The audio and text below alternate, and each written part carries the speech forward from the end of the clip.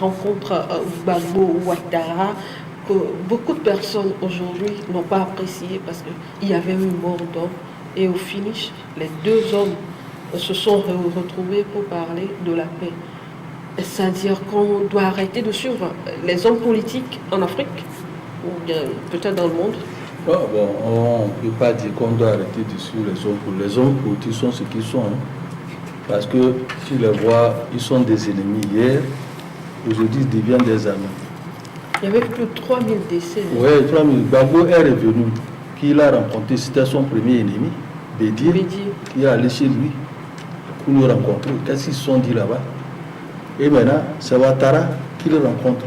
Mais bien avant Bédié et Ouattara avaient eu à faire un rapprochement, oubliant que l'ivoirité avait été installée par Bédié pour empêcher Ouattara de postuler. Tu vois cette situation, aujourd'hui les hommes politiques, c'est les Ivoiriens qui ont chanté ça, que ces hommes politiques nous prennent pour des bêtes, parce qu'ils suivent leurs intérêts.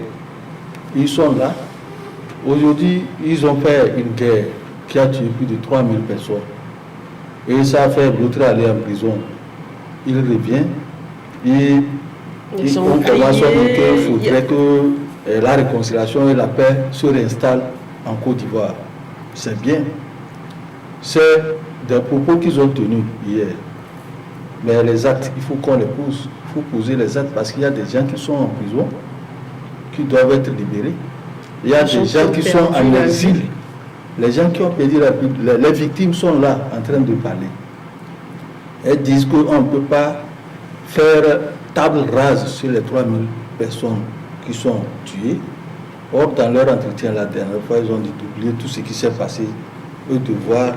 Comment on peut oublier le décès voilà, d'une personne qui vous est chère? C'est ça la politique. C'est pour ça que j'ai dit, il y a quelqu'un qui a dit, ce n'est pas bon que vous voyez ce qui se passe, de ne pas suivre les hommes politiques là, parce qu'ils vont se tirailler. Demain, c'est eux qui vont se retrouver pour prendre le champagne et vous êtes en train de souffrir là-bas, quelque part. Et chaque fois, et c'est les intérêts qui le poussent. Vous êtes derrière eux, vous sortez, on vous tue, et après on vous oublie. Même au Togo ici, il y a des prisonniers qui sont là, actuellement, parce qu'ils ont suivi des hommes qui suivent leurs intérêts. Et aujourd'hui, ces hommes-là ne peuvent pas faire sortir les prisonniers là. Mais ce Gbagbo, ce qui s'est passé, c'est que lui, il est sorti de prison. Il faut faire sortir aussi ceux-là qui ont lutté pour lui, sortir de prison. Sans oublier qu'il y a aussi les morts. Comment gérer ça, ceux qui sont morts? Alors, Tchabouré, est-ce qu'on peut dire que les hommes politiques sont sans cœur? Non, les hommes politiques ne sont pas sans cœur. Non, excusez-moi. Mais il faudrait quand même lire la politique pour savoir ce qu'elle est. Quand vous ne lisez pas la politique, vous n'allez pas savoir ce qu'elle est. Et c'est en cela que j'accuse un peu nos populations. Ceux-là qui, parfois, qui suivent parce qu'il faut suivre. Il y a certains qui sont manipulés. On vous dit sortez, justement, vite fait. Voilà. Non, la politique, elle n'est pas comme ça.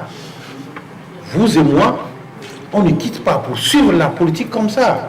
Vous vous rappelez de cette phrase qu'a prononcée Paix à son âme, et l'ancien Premier ministre Bakayoko, qui disait qu'il faut faire extrêmement attention avec eux, les hommes politiques, parce que lorsqu'ils seront en train de discuter dans les coulisses, ceux qu'on appelle de sortir pour aller casser et autres, ne sont pas là. Non, la politique, c'est autre chose. Les hommes politiques ont le cœur.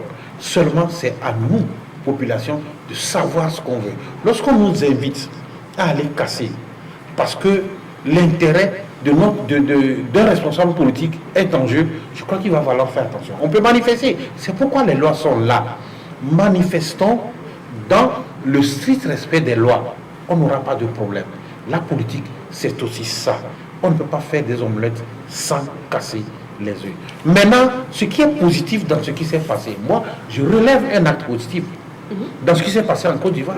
Le fait que le président qui est là, le président Ouattara, a accepté recevoir son rival, Laurent Gbagbo. Je pense que c'est là le côté positif que peut-être les gens ne voient pas. Mais ailleurs, ce n'est pas le cas. Ailleurs, ça va être difficile. Et ici, au Togo, lorsque le chef de l'État actuel prend l'initiative même de recevoir, que ce soit le chef de file de l'opposition, ou bien il y a des initiatives de rapprochement pour pouvoir voir qu'est-ce qu'on peut faire pour avancer, il y a toujours des problèmes. Au sein de la population, au sein des partis politiques, on trouve que l'initiative... Parce que chez nous, quand vous allez là-bas, on vous dira, tu es un vendu. J'allais venir à cela, Anita. On trouve que non, le fait d'aller, vous êtes vendu. Alors qu'il y a en politique, il n'y a jamais rien de constructif sans le dialogue. Moi, je pense qu'il y a quelque chose de possible. Au-delà de tout ce que les gens diront, de ce qui s'est passé en Côte d'Ivoire, ce qui est positif, ce que les gens acceptent de se rencontrer. Mais ce qui n'est pas le cas dans notre pays, quand des initiatives comme ça sont mises en branle, des gens trouvent à redire et ça fausse la donne. C'est ce qui fait que nous avons des problèmes dans notre pays. Discutons, acceptons rencontrer nos ennemis. Justement, acceptons rencontrer nos ennemis. Quand on est ennemi politique, ce n'est pas qu'on est des ennemis pour s'entre-déchirer. Non. Acceptons, je pense que ça doit servir d'exemple, que les politiciens togolais s'appuient sur ça pour se dire que je peux discuter avec mon adversaire politique. Ils ont peut-être peur de ce que dira la population. S'ils ont peur, c'est eux qui ont mis ça dans la tête des populations. La culture. On a dit que tu es opposant, si tu approches un homme du pouvoir, c'est que tu as vendu. C'est ce qu'ils ont mis dans la tête déjà. Parce que vous avez vu les images hier. Avant-hier entre Bidi et Babo Ouattara, tu ne vas pas croire que c'était des ennemis jurés politiquement. Vous voyez la vidéo du reportage à sa sortie et autres. Oui, ça dit partout, à tout moment. Là, très relax. Très relax, tu ne vas pas sentir que c'est des gens qui sont haïs depuis des années. Avant même l'élection de 2010, la guerre qui est arrivée, et Gbagbo a fait 5 ans de plus au pouvoir jusqu'à ce que les élections soient organisées. La dernière fois, quand vous les voyez, vous allez croire que c'est rien, il n'y avait rien entre eux. C'est comme ça qu'il faut collaborer, construire un pays ensemble. D'ailleurs, ils ont dit, nous sommes des amis, nous sommes des frères et nous sommes des amis. Donc, on va construire notre pays dans la paix et la réconciliation. Aujourd'hui, cette rencontre-là sera encore élargie la prochaine fois avec les autres leaders de l'opposition. Donc, c'est comme ça qu'on construit.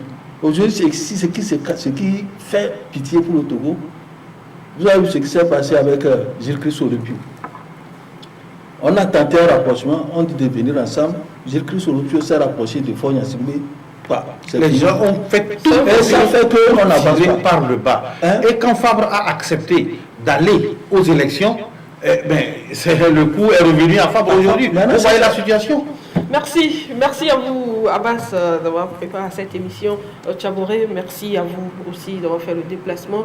Chers téléspectateurs, merci à vous de nous avoir suivis. Rendez-vous. Téléspectatrices. Ok, excusez-moi. Merci à vous, chères téléspectatrices, d'avoir suivi cette émission. Je vous donne un rendez-vous mardi à partir de 10h. Au revoir.